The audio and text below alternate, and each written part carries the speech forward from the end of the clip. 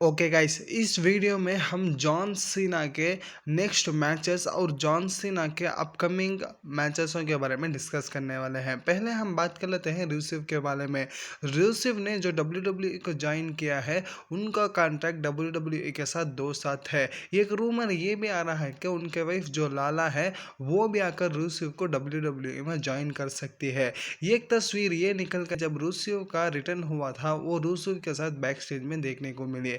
Next, Becky Lynch finally heel turn कर चुकी है हमारे रेसलर के ऊपर। वो इंटरकॉन्टिनेंटल चैंपियन है और उसके लिए हमारे बैकी लंच उनको चैलेंज करने वाली है। WWE जब एक रेसलर को दो चैंपियन देती है और वो उनको बहुत ही ट्विस्ट करती है। नेक्स्ट बात कर लेते हैं हमारे जॉन सीना के बारे में। जॉन सीना पिछले मंडे नाइट रॉ और स्मैकडाउन में एक पोस्ट में गिरे रहते हैं RKO और हमारे रैंडी ऑर्टन और हमारे कोडी रोड्स के मारा खाने के बाद। जॉन सीना ने ये बात कहा, वो जब रिटायर हो जाते हैं उनके साथ अपने टाइटल को भी लेकर रिटायर हो जाते हैं, वैसा जॉन सीना ने कहा। उसलिए WWE को अब न्यू चैंपियनशिप लाना होगा। नेक्स्ट बात कर लेते हैं हमारे जॉन सीना के मैचेसों के बारे में। जॉन सीना का और कोडी रोड्स का जो मैच हुआ था, उनका रेटिंग 3.48 निकल कर आया है। बहुत ही कम है। ये मैच को रेसलमेनिया नाइट 1 में मेन इवेंट में डालना था। और इधर पर जॉन सीना को देख सकते हैं, वो अपना फेस ही नहीं दिखा रहे हैं ट्रिपल एच के साथ फ़ोटो खींचने में। जॉन सीना फुल हील बन चुके हैं। उसके बाद जॉन सीना ने ये बात कहा, ऑडियंस के लिए उन्होंने टेंशन ले लेकर उनके बाल झड़ गए हैं।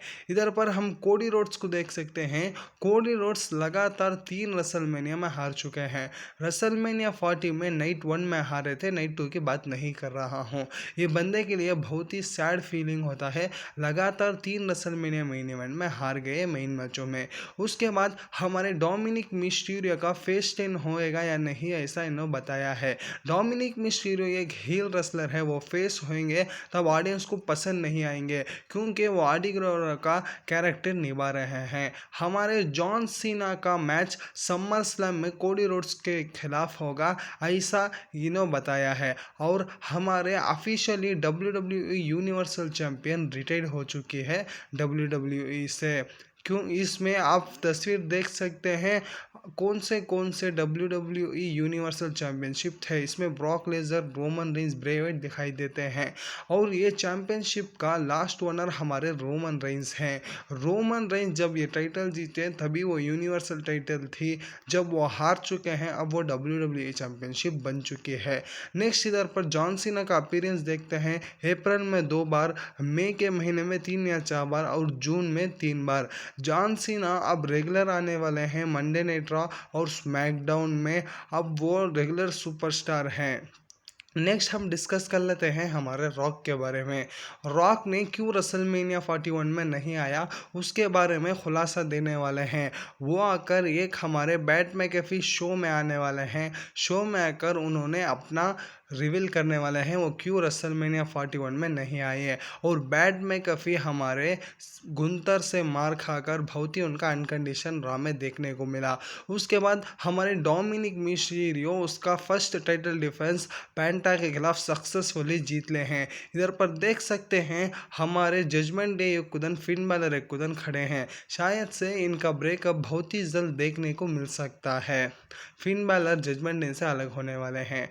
नेक्स्ट हमारे फ्राइडे नाइट स्मैकडाउन जो रेसलमेनिया से पहले हुआ था, उसका व्यूअरशिप निकल कर आया है सिर्फ 1.7 लाख मिलियन निकल कर आया है। ये बहुत ही कम है। उसके बाद जो कैटी क्लाइफ है, जो इंटरव्यू बैक स्टेज में लेती है, वो रेसलिंग करना ख्वाहिश करती है, वो रेसलिंग ट्रेनिंग को जाने वाली है। और हमारे प्रियंका बेलर जो रेसलमेनिया में ड्रेस पहनने गए थे, वो बहुत ही फेवरेट और बहुत ही कूल लगा।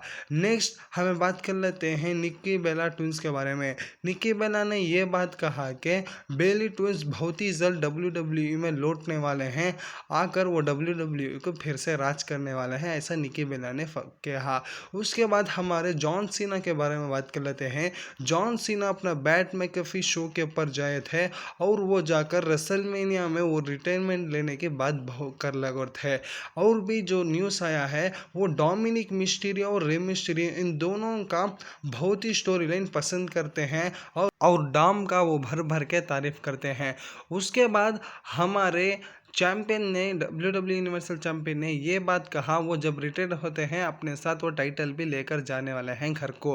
उसके बाद हमारे स्टोन कोल्ड स्टीव ऑस्टिन के बारे में बात कर लेते हैं। स्टोन कोल्ड का जब रेसलमेनिया 42 में उनका एंट्रेंस था वो बहुत ही लेट हुआ, क्योंकि वो पहले स्टेज में चढ़ाने जाकर दूसरी जगह मार देते हैं। वो 2 बार जाकर बैरिकेड पे मार देते हैं उनकी गाड़ी को। नेक्स्ट हम बात कर लेते हैं हमारे CM पंक के बारे में। CM पंक ने ये बात कहा जब वो रेसलमेनिया 41 का एंट्रेंस ले रहे थे, बहुत ही इमोशनल थे। ये एक बंदा 20 पर 6 साल के बाद पहली रेसलमेनिया मेन इवेंट करने वाला है, उसलिए वो बहुत ही इमोशन थे। नेक्स्ट हम बात कर लेते हैं हमारे जय उसो के बारे में। जय उसो ने ये बात कहा जब हम एक चीज़ करना चाहते हैं वो कर डाले बाद वो कैसा आगे बढ़ाना उसके बारे में सूचना करके जय उसो ने बताया है। नेक्स्ट हम जो हेनरी के बारे में बात कर लेते हैं। जो उनका मैच रेसलमेनिया में हमारे रैंडी ऑर्टन के खिलाफ था, वो जितना कुछ चाहते थे वो उनको उधर नहीं मिला, क्योंकि वो ये सोच कर गए थे कि जब वो रेसलमेनिया में जाते हैं वो बहुत ही ऑडियंस को अपने तरफ खींचेंगे, ये बात लेकर उन्होंने रेसलमेनिया में जाते हैं। लेकिन वैसा कौन सा भी नहीं होता, क्योंकि उधर रोमन रेंस और हमारे Seth Rollins, Cody Rhodes, John Cena Innova के वास्ते इनका ध्यान WWE ऑडियंस से हटाया गया। नेक्स्ट इनका कॉन्ट्रैक्ट अभी 12 महीना है TNA के साथ, ख़त्म होने के बाद WWE मेन रोस्टर में आकर वो जल्दी से जल्द ज्वाइन करने वाले हैं। इस वीक जो रॉ हुआ उसके मूवमेंट्स में हमारे ब्रॉन बेकर और सेथ रॉलिंस पॉल हेमन के साथ मिल जाते हैं और रैंडी ऑर्टन हमारे जॉन सीना को RKO मार जाते हैं और हमारे बैकी लिंच का हिल टर्न देखने को मिलता, रूसेव का एंट्रेंस देखने को यानी रिटर्न देखने को मिलता, गुंतर आकर बैट मैकेफी और माइकल कॉल को अटैक कर देते हैं, सैमी ज़ेन और जिमी ऊसो मिलकर जय ऊसो के साथ अपना वर्ल्ड हेवीवेट चैंपियनशिप जीतने का पार्टी बनाते हैं और हमारे ईओस को भी न्यू चैलेंजर मिल चुकी है। ये इस वीक जो रॉ है ना बहुत ही कमाल का था। उसके बाद हम जॉन सीना की ये वाली तस्वीर के बारे में बात कर लेते हैं। जॉन सीना फुल ही हील टर्न में बदल चुके हैं। वो फैडियंस को अपना सूरत तक दिखाना नहीं चाहते हैं, वो फैंस को उतना हेट करते हैं। नेक्स्ट हमारे रैंडी ऑर्टन के बारे में बात कर लेते हैं। रैंडी ऑर्टन ने इस रेसलमेनिया में जो फिजिक रखा था वो बहुत ही उनके लाइफ में बहुत ही खतरनाक फिजिक्स कर रेसलिंग फ्यूचर वालों ने बताते हैं। आज की वीडियो इतनी ही थी और वीडियो पसंद लगा लाइक करें, सब्सक्राइब करें और अब भी बहुत ही अच्छे वीडियो लाने के लिए बहुत ही नए नए अपडेट के साथ आपको सुबह शाम मिलता हूँ।